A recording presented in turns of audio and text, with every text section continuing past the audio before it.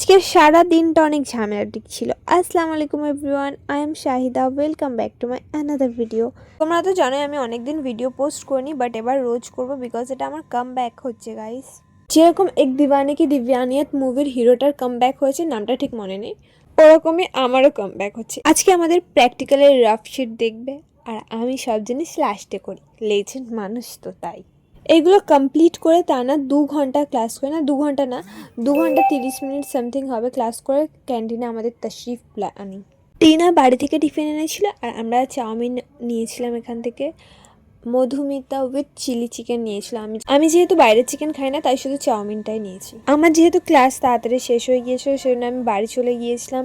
আবার আমি আসি, রিটার্ন এসে দিদিকে কলেজ থেকে তুলে আমরা ভিভো সার্ভিস সেন্টারে যেতে চেয়েছিলাম, কিন্তু যেতে পারিনি বিকজ আমরা খুঁজে পাইনি।